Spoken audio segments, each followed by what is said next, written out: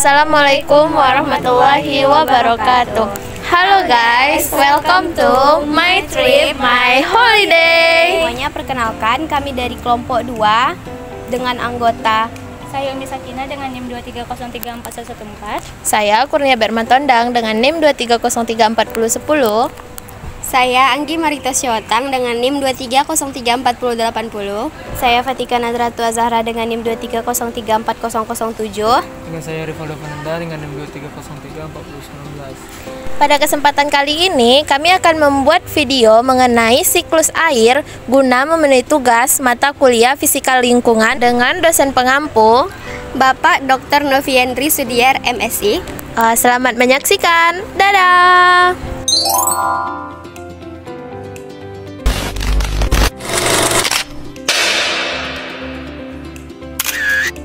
Air merupakan zat yang setiap hari kita temui.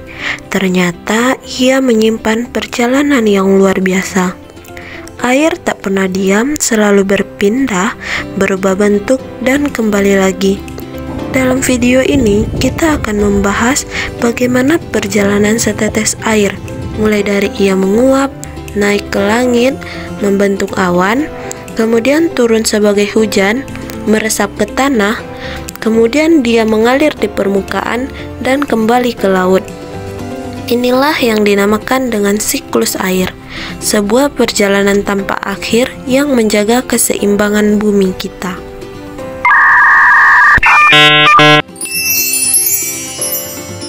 Perjalanan dari siklus air ini dimulai dari evaporasi. Matahari menjadi tokoh utamanya.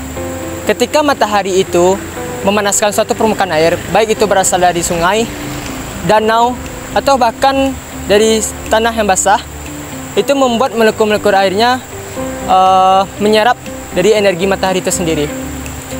Molekul-molekul ini dapat bergerak lebih cepat, dan jika energi kinetiknya itu meningkat, maka molekul-molekul ini dapat berubah jadi uap air. Dan inilah yang disebut dengan evaporasi atau penguapan, yang mana perubahan wujud zat cair menjadi gas. Proses ini menjadi lebih kuat di wilayah tropis karena intensitas matahari yang tinggi. Tanpa kita sadari, uap air itu mulai naik ke langit, membawa air dari bumi menuju atmosfer. Inilah langkah pertama yang sangat penting, pendorong utama terjadinya awan, hujan, dan seluruh perjalanan air dalam siklus hidrologi.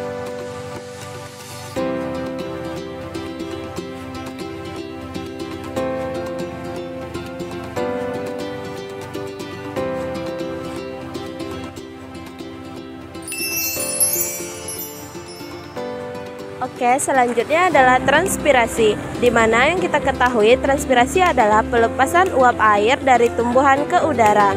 Nah, pada transpirasi ini, air diserap oleh akar tumbuhan, kemudian dibawa oleh batang dan daun, setelah itu dilepaskan melalui pori-pori kecil atau stomata ke udara. Transpirasi juga mendukung dalam pergerakan air dari tanah ke seluruh bagian tumbuhan seperti batang dan daun.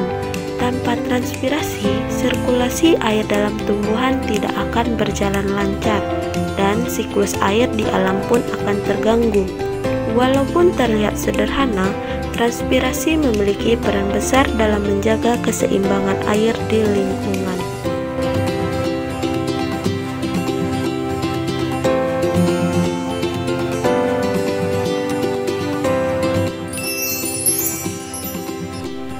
Selanjutnya kondensasi, di mana kondensasi ini berpengaruh penting pada siklus air. Ketika air di permukaan bumi seperti laut, danau, dan pantai terkena sinar matahari, dia akan menguap dan sampai ke atmosfer. Kondensasi terjadi ketika udara yang mengandung uap air naik ke atmosfer serta mengalami pendinginan. Saat suhu turun, uap air tidak bisa lagi bertahan dalam bentuk gas, kemudian berubah menjadi cair berbentuk tetesan air kecil. Tetesan air ini berkumpul di sekitar partikel kecil di udara seperti debu atau asap, lalu membentuk awan. Semakin banyak uap air yang mengembun, awan akan tumbuh semakin besar dan tebal.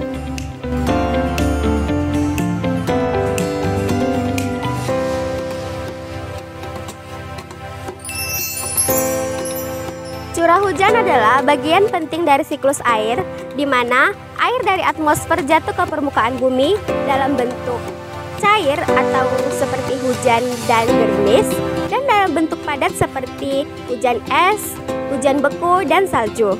Nah, ini terjadi ketika uap air di udara mengembun dan menjadi cukup berat untuk melawan gaya angkat di udara, sehingga jatuh kembali ke permukaan bumi.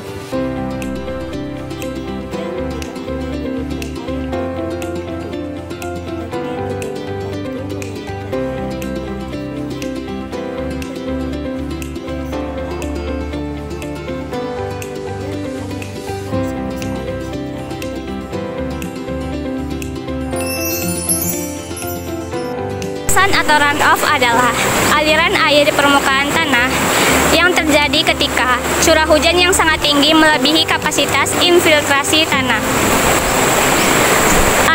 Air yang tidak dapat diresap oleh tanah akan mengalir menuju sungai, danau, atau laut. Limpasan dapat membawa sedimen, polutan, dan nutrisi, serta berperan penting dalam erosi dan pembentangan. Ketika air limpasan memasuki sungai, volume dan kecepatan aliran sungai bisa meningkat, terutama jika hujan yang terjadi sangat deras. Air ini terus mengalir mengikuti arah aliran sungai dari hulu ke hilir. Di daerah hilir, terutama di dekat muara sungai, air akan bermuara di wilayah pesisir atau pantai, kemudian masuk ke laut.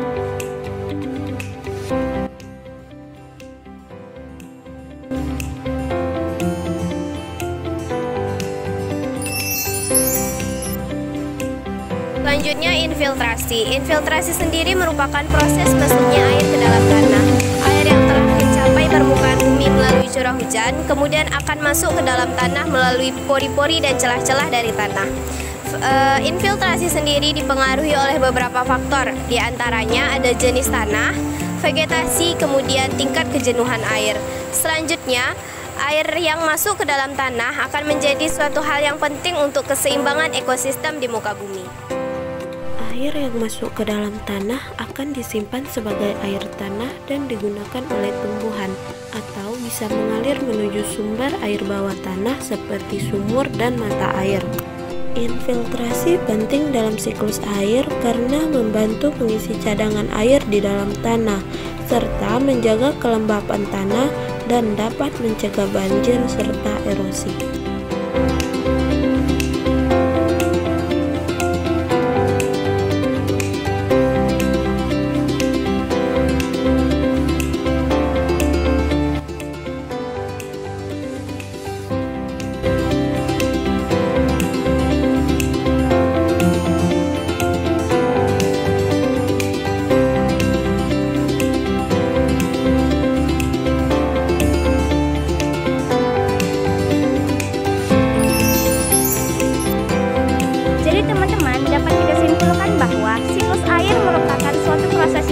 Luar biasa dan berkelanjutan, dimulai dari curah hujan yang mengejarkan bumi, evaporasi yang mengangkat air ke angkasa, infiltrasi yang menghidupi tanah, limpasan yang mengaliri air ke berbagai tempat, hingga transpirasi yang dilakukan oleh tumbuhan.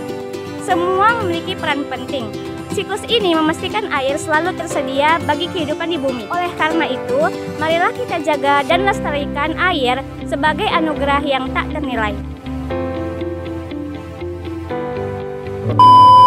Sekian video dari kami, semoga bermanfaat untuk kita semua. Wassalamualaikum warahmatullahi wabarakatuh. Dadah.